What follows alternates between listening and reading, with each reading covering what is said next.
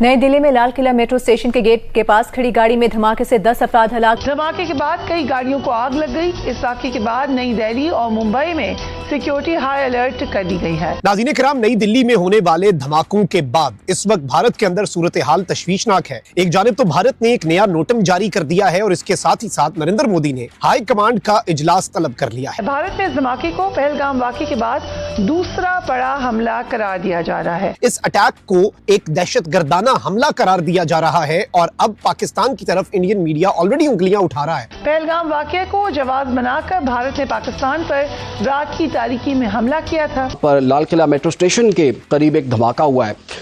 ये तो हमें पता है कि भारत काफी टाइम से इस चीज की कोशिश में है कि कोई और फॉल्स फ्लैग ऑपरेशन करके उसका इल्जाम जो है वो पाकिस्तान पर धरा जाए।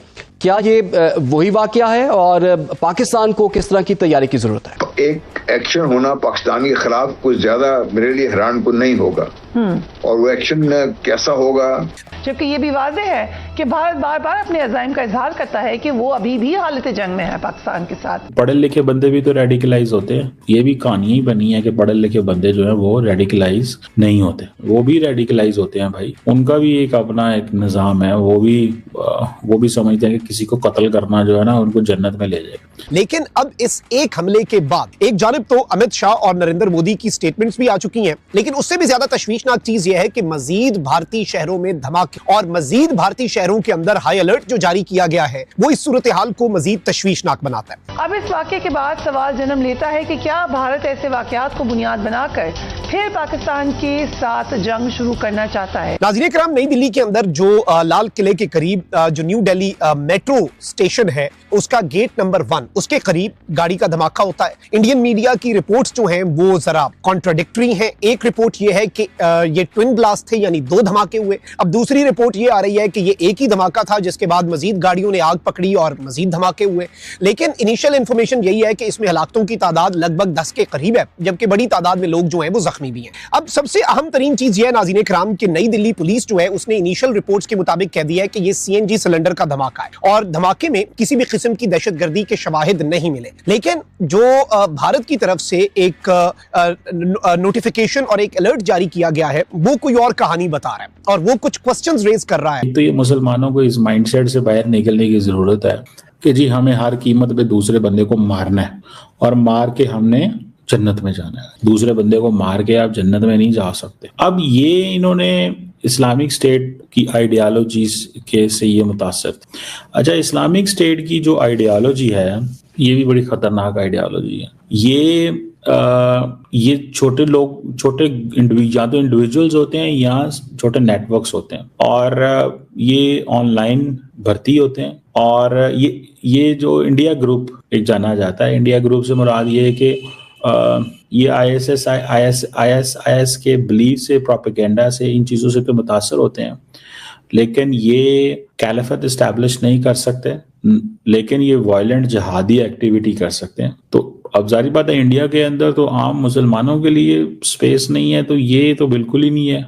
मैं समझता हूँ कि दहशतगर्दी की कोई भी शक्ल हो, वो स्टेट टेररिज्म हो या दिस काइंड ऑफ टेररिज्म, उसको जितना भी कंडेम किया जाए कम। ये जो रेडिकलाइजेशन है, ये ऑनलाइन कंटेंट ये पढ़ते थे, सोशल मीडिया चैनल्स, ये वो आगे पीछे, तो ये प्योरली एक आइडियोलॉजिकल अलाइनमेंट जो है वो अब इन लोगों का पकड़े जाना इस चीज की है कि पढ़े लिखे लोग जो हैं उनका भी उनके अंदर ये टेंडेंसी क्या बढ़ रही है। दोस्तों, स्वागत है आपका हमारे चैनल जय भारत में। जैसा कि आप जानते हैं कि इस समय जो दिल्ली के लाल किले के नज़दीक मेट्रो स्टेशन है वहाँ पर पाकिस्तानी हमला हुआ है और इस समय अमित शाह जी ने बहुत ही बड़ा ऐलान कर दिया है कि अब पाकिस्तान का वो बुरा हाल होगा कि पाकिस्तान ये जाहिलपन करना भूल जाएगा। जो हुआ इसको जोड़िए, फिर बिहार के बारे में आपने बात कर ही दी है और एक और बात भी जो मैं बार बार आपके प्रोग्राम पे भी, अगर आपको याद हो पिछले मैंने कहा था कि भारत बाज आने वाला नहीं है, क्योंकि जितनी भारत की सुबकी हो चुकी हुई है, जो बार बार भारत को इस चीज का एहसास, और नहीं तो सब तो बाज नहीं आते बार बार, वो भारत को एक्चुअली है ना goading Bharat India into an action. और वो ये मोदी साहब के लिए मजबूरी है कि अगर वो नहीं रहते तो मोदी साहब तो खैर is going away from the scene anyways, तो उसके बाद जो नई टीम जो इसकी जगह लेने की तैयारी बैठी हुई है, वो भी इससे ज्यादा हार्ड लाइनर्स हैं वो लोग।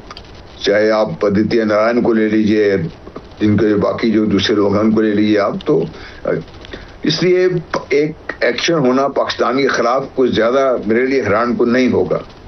और वो एक्शन कैसा होगा, उनका टीवी तो शोर मचा रहा है, लेकिन अभी तक जो गवर्नमेंट लेवल पर इल्जामात पाकिस्तान पे आयद करने के लिए वो बाकायदा एक मनसूबाबंदी करके कि ये सबूत मिला है, फलाना सबूत मिला है, तो इससे पाकिस्तान पे आएंगे, ताकि इस दफा वो चाहते ही हैं कि दुनिया को पहले कुछ किसी हद तक अपनी तरफ कर ले, फिर ये कोई एक्शन करे उसके बाद।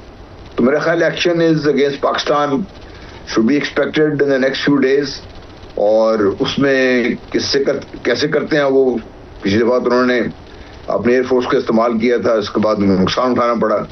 अब क्या वो इस काबिल हो गए कि एयरफोर्स को दोबारा इस्तेमाल करें, या ये ग्राउंड बेस्ड उनके लॉन्ग रेंज मिसाइल उनको इस्तेमाल करें, जिससे उन्होंने कोशिश की थी जब 10-11 की रात को उन्होंने कोशिश की थी।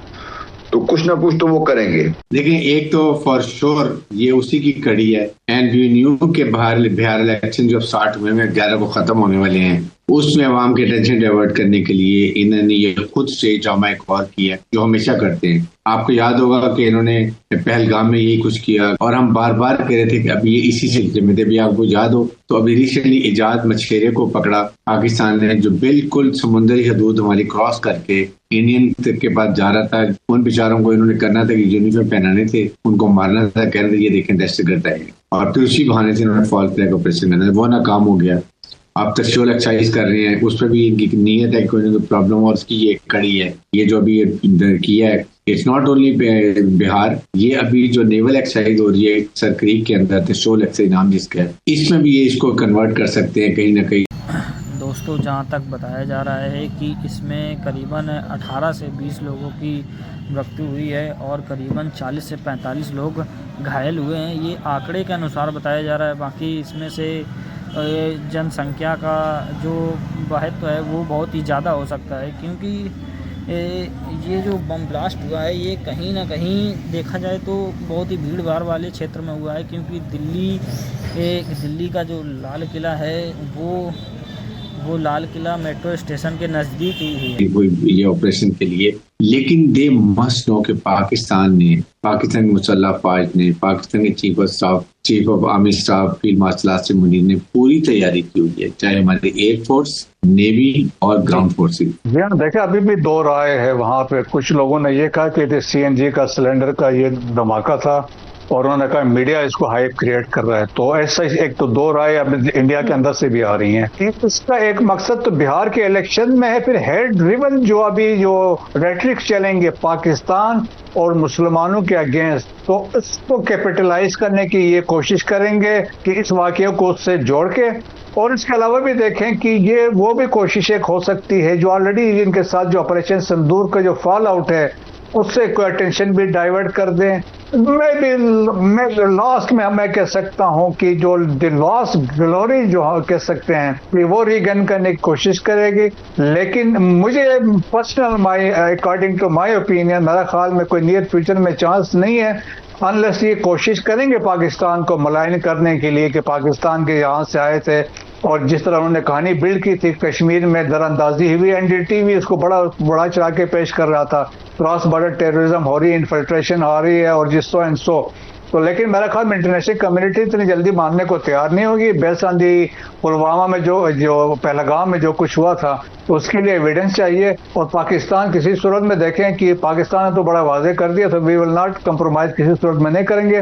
दोस्तों, जैसा कि दिल्ली के हमले में बताया जा रहा है कि करीबन 18 लोगों की मौके पे ही मौत हो गई है, और जहाँ पे कार में बम ब्लास्ट हुआ है वहाँ पे करीबन 200 मीटर आसपास के एरिया में उसका बहुत ही बुरा प्रभाव पड़ा है, बहुत ही लोग गंभीर रूप से घायल हैं। तो ऐसे ही लेटेस्ट अपडेट के लिए हमारे साथ जुड़ जाइए।